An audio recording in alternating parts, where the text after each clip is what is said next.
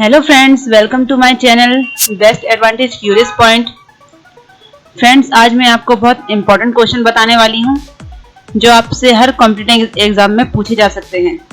ये क्वेश्चन बहुत इंपॉर्टेंट है जो आपके लिए काफ़ी हेल्पफुल साबित होंगे, तो इस वीडियो को पूरा देखिएगा। तो चलिए बिना देर किए हुए क्वेश्चन स्टार्ट करते हैं। पहला क्वेश्चन है, करूर वैश्य बैंक का मुख्यालय कहाँ है? इसका आंसर देख लेते हैं। करूर वैश्य बैंक का मुख्यालय करूर तमिलनाडु में है। इसके एमडी और सीईओ PR शेषाद्री हैं और इसकी tagline smart way to bank है। नेक्स्ट क्वेश्चन की ओर चलते हैं। इसरो की स्थापना कब हुई? इसका आंसर देख लेते हैं। इसरो की स्थापना 15 अगस्त 1969 में हुई। इसका मुख्यालय बेंगलुरु कर्नाटक में है और इसके अध्यक्ष के सिवन हैं। चलिए नेक्स्ट क्वेश्चन देखते हैं। ट्विटर के सीईओ ने कोरोना महामारी से निपटने वाली संस्थाओं को कितनी धनराशि देने का ऐलान किया है? इसका आंसर देख लेते हैं। ट्विटर के सीईओ ने कोरोना महामारी से निपटने वाली संस्थाओं को $1 बिलियन यानी लगभग 6,500 करोड़ रुपए की धनराशि देने का ऐलान किया है। फ्रेंड्स, ट्विटर के सीईओ हैं जैक डॉर्सी। इनका नाम विशेष तौर पे ध्यान रखिएगा। चलिए नेक्स्ट क्वेश्चन की ओर बढ़ते हैं। हाल ही में किस देश के राजा ने नाबालिगों द्वारा किए गए अपराध के लिए मौत की सजा को समाप्त कर दिया है? इसका आंसर देख लेते हैं।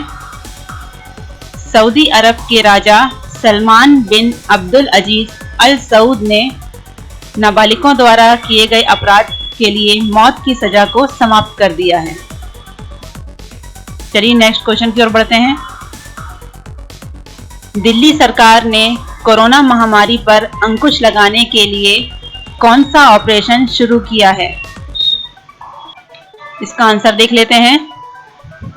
दिल्ली सरकार ने कोरोना महामारी पर अंकुश लगाने के लिए ऑपरेशन शील्ड शुरू किया है। ऑपरेशन शील्ड दिल्ली के लोगों को कोरोना महामारी से बचाने के लिए 21 कोरोना प्रभावित इलाकों में लागू किया जाएगा। नेक्स्ट क्वेश्चन की ओर बढ़ते हैं। कौन सा सरकारी अस्पताल कोविड-19 इलाज के लिए प्लाज्मा थेरेपी सफलतापूर्वक शुरू करने वाला देश का पहला अस्पताल बन गया है? इसका आंसर देख लेते हैं। लखनऊ का किंग जॉर्ज चिकित्सा विश्वविद्यालय। जी हाँ, लखनऊ का किंग जॉर्ज चिकित्सा विश्वविद्यालय पहला हॉस्पिटल बन गया है जिसने प्लाज्मा थेरेपी का सफलतापूर्वक परीक्षण किया है। चलिए नेक्स्ट क्वेश्चन की ओर बढ़ते हैं। यूनेस्को का गठन कब किया गया? इसका आंसर होगा यूनेस्को का गठन 4 नवंबर 1946 को किया गया। इसका मुख्यालय पेरिस, फ्रांस में है और यूनेस्को के महानिदेशक ऑडे अजोले हैं। नेक्स्ट क्वेश्चन देखते हैं। राष्ट्रीय शिक्षक पुरस्कार 2020 के लिए किसे चुना गया?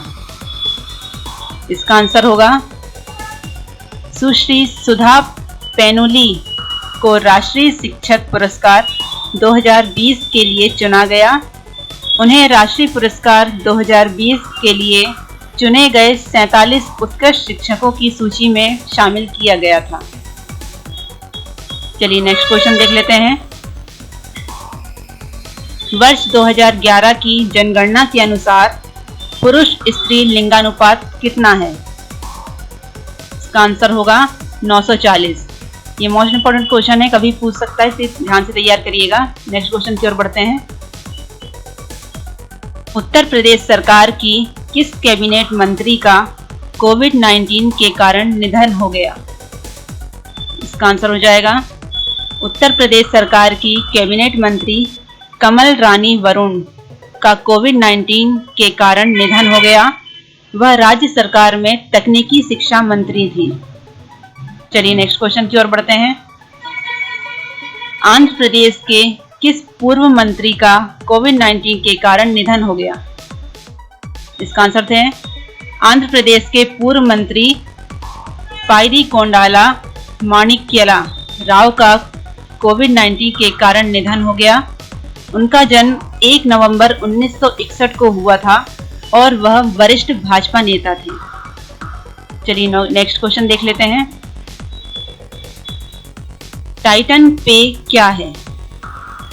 इसका आंसर होगा टाइटन कंपनी ने भारतीय स्टेट बैंक के साथ मिलकर भारत की पहली संपर्क रहित पेमेंट घड़ी टाइटन पे लॉन्च की है।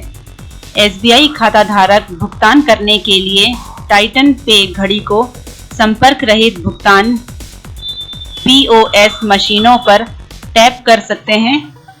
यह योनो एसबीआई द्वारा संचालित है। चलिए नेक्स्ट क्वेश्चन की ओर बढ़ते हैं।